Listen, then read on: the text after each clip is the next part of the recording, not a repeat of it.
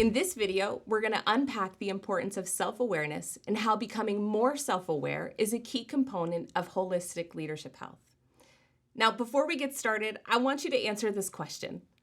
On a scale of 1 to 10, 1 being not self-aware, 10 being very self-aware, how self-aware are you? Now, here's what I want you to do. I want you to write it down, write that number down, set it aside, and we'll come back around to it later. As pastors and leaders, our goal is to be emotionally mature. Emotional maturity is the continuous attempt to understand, express, and regulate your full range of emotions clearly and intentionally, regardless of circumstances. At this point, you might be thinking, well, Brittany, I don't want to talk about emotions. I don't want to explore my emotions. I don't want to feel my emotions. I get it. Doing the work to understand our emotions and become more self-aware, it can be intimidating. It can reveal healthy tendencies that we have, but it can also reveal unhealthy and even destructive tendencies that we have. So what is self-awareness? How are we going to define it so that we have a metric to measure growth by? Self-awareness is understanding how different internal and external factors influence your emotional state and the responses that they trigger. Now, many leaders that I encounter, they handle their emotions in one of two ways. They feel all of their emotions and they choose not to process what they're feeling, which results in them leading from an emotionally charged state. Or they suppress their emotions, again, choosing to not process what they're feeling, which results to leading from an emotionally numb state. I want to present a third option.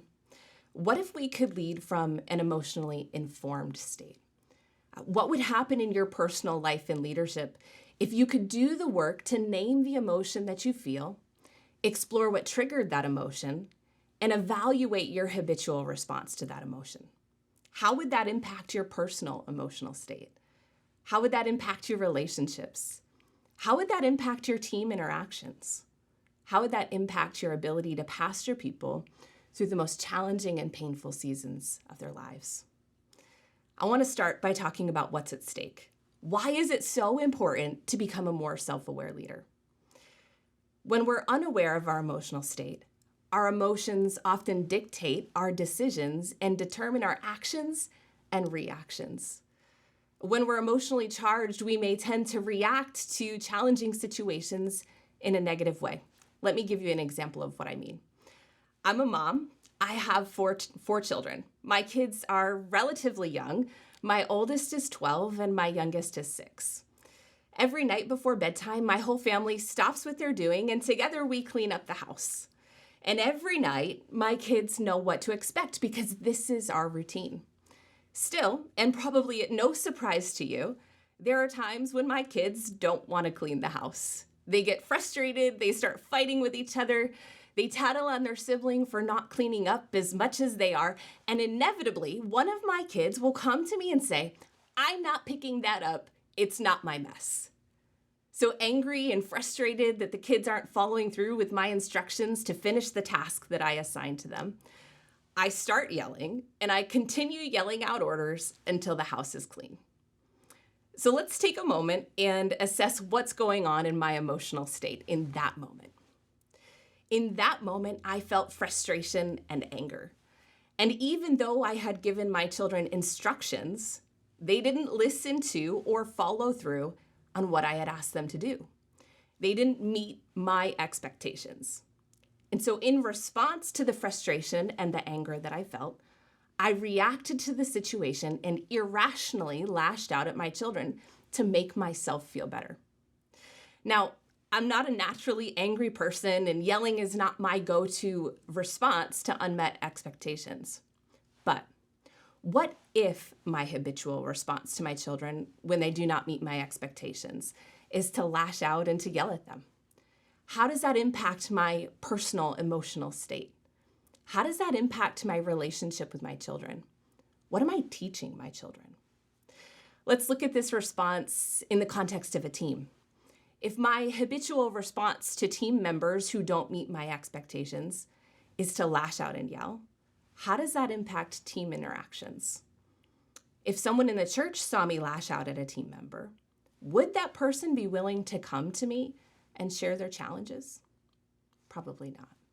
Now, when we're emotionally numb, we often react to triggering circumstances by failing to recognize the emotions of others, and we miss an opportunity to respond with grace.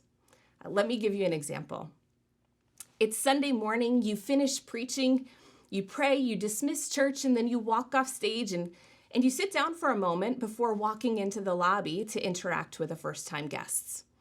When you go to stand up, a member of the church comes to you and asks you to pray and continues to explain a particularly challenging situation that they're encountering. You pray with the member, you walk out into the lobby, you spend the next 10 minutes or so interacting with guests and members of the church. But this is the Sunday of your annual business meeting. So after a small break, you meet back in the sanctuary, you conduct the business meeting, you get through the business meeting, and just about everybody's gone. So you start shutting off the lights in the sanctuary. At this point, you're tired. You feel physically exhausted. You're ready to go home and eat some lunch and take a nap. But before leaving church, your children's pastor catches you and asks you to sit down and chat. Irritated that someone else wants your time and attention, you give your kid's pastor a half-hearted excuse as to why you can't stay and chat, and you ask to schedule another time during the week. Later that week, through another staff member, you find out that your children's pastor had finally received a diagnosis for a chronic long-term illness that she'd been suffering with. She wanted to share that diagnosis with you. Instead, she felt rejected when, out of irritation, you ignored her emotional state and you dismissed her need for your attention in that moment. What if your habitual response to exhaustion and irritation is to become emotionally numb and dismiss the needs of others?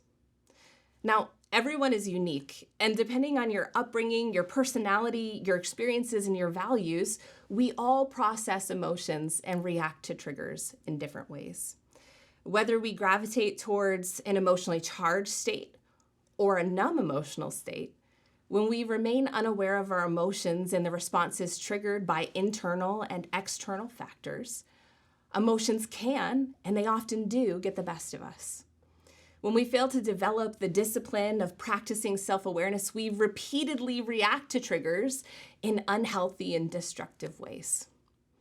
At the beginning of this video, I asked you to rate yourself on a scale of 1 to 10. How self-aware are you? What was your answer? Now, here's my caution.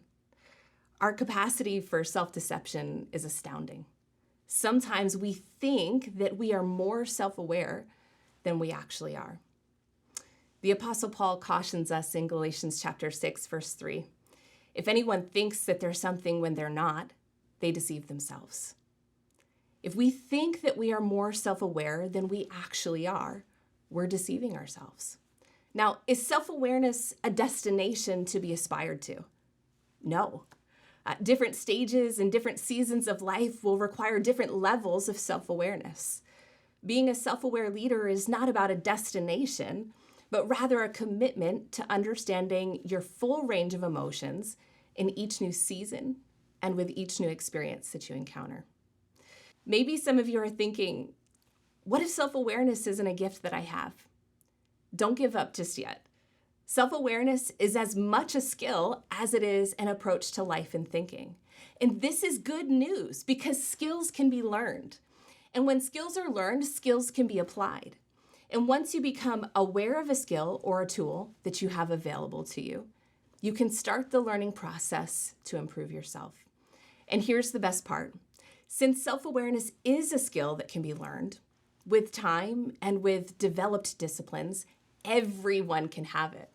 As you implement the skill of self-awareness and you begin to understand how different internal and external factors influence your emotional state and the responses that they trigger, you can begin to proactively engage in behaviors that increase interpersonal empathy and regulate your responses in the midst of impermanence and unpredictability. I want to invite you to join me in the next video as I introduce measurable behaviors of self-aware individuals and practical tips for becoming more self-aware.